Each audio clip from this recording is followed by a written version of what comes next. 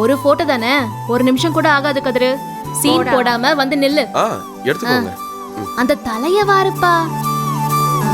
சரியா? ஆட ஒன்னா சேர்ந்து நில்லுங்க 2 பேரும்.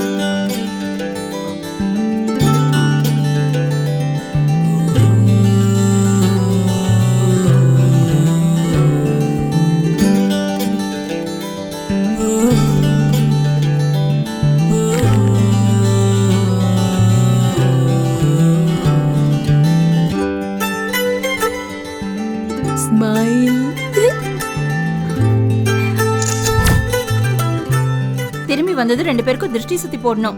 பா, என் கண்ணே பட்டுடும். இது பாத்தியா, அழகா இருக்கா? இப்ப கிளம்புங்க. போலாமா? வர நீ. பாத்து பத்திரமா போயிட்டு வாப்பா. சரிமா, போயிட்டு வாமா. அத்தை, இங்க பாருங்க, இந்த போட்டோ சூப்பரா வந்திருக்குல்ல?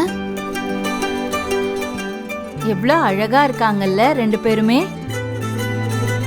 பிடிக்காத 2 பேருக்கும் கல்யாணம் பண்ணி வச்சிட்டேன்னு சொன்னீங்க. அதுக்கு நான் வேற துணையா இருந்தேன். கல்யாணத்துக்கு அப்புறம் 2 பேரும் எலியும் பூனையுமா இருந்தாங்க. தெரிஞ்சே 2 பேரோட வாழ்க்கையை கெடுத்துட்டோமோன்னு நான் பல நாள் யோசிச்சிருக்கேன் அத்தை. ஆனா பரவாயில்ல, ஒரு மாதிரி 2 பேரும் செட் ஆயிட்டாங்க இல்ல அத்தை? ஏய், எனக்கு அவங்க 2 பேரும் சேர்ந்ததுல கூட ஆச்சரியம் இல்ல. உன்னை நினைச்சாதான் எனக்கு ஆச்சரியமாவே இருக்கு. ஆச்சரியப்படுற அளவுக்கு நான் என்ன அத்தை பண்ணேன்? 2 பேர் மேலயும் நீ எப்படி இம்புட்டு அக்கறையா இருக்க? அதுவும் ராஜிக்காக பார்த்து பார்த்து என்னென்னமோ பண்றியேடி. அத்தை, நான் வீட்டுக்கு ஒத்த புள்ள, கூட பிறந்தவங்கன்னு யாருமே கிடையாது. நான் தனியாவே வளர்ந்துட்டேன். நான் இங்க வந்து கொஞ்ச நாள்லயே ராஜியும் வந்துட்டான்.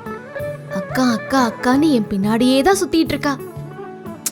நானுமே அவ என் கூட பிறந்த தங்கச்சியா தான் நினைச்சிட்டு இருக்கேன். என் தங்கச்சியை சந்தோஷமா பாத்துக்க வேண்டியது என் பொறுப்பு தானே. அதான். இப்ப புரியுதுடி எனக்கு. என்ன புரியுது? அப்பா அம்மாவை கூட மீறி என் புள்ள உன்னை ஏன் கல்யாணம் பண்ணிக்கிட்டான்னு. இந்த குணத்துக்கு தான் உன்னை கல்யாணம் பண்ணிருக்கான். துடுக்கா பேசினாலும் உனக்கு நல்ல மனசுடி. பாராட்டுறதுன்னு முடிவாயிருச்சு. ஒரு குறை சொல்லாம தான் முழுசா பாராட்டுங்களேன். ஆஹா, அப்படியெல்லாம் பாராட்டினா என் மாமியார் கெத்து என்ன ஆகுறது? அது சரி, அது சரி. ஏண்டி, கெத்தா இருக்கணும் நீ தானே சொன்ன அப்ப? ஆமாமா, நான் தான் சொன்னேன். நீங்க அப்படியே கெத்தா. சரி வா, போய் காஃபி போட்டு குடிக்கலாம். வா.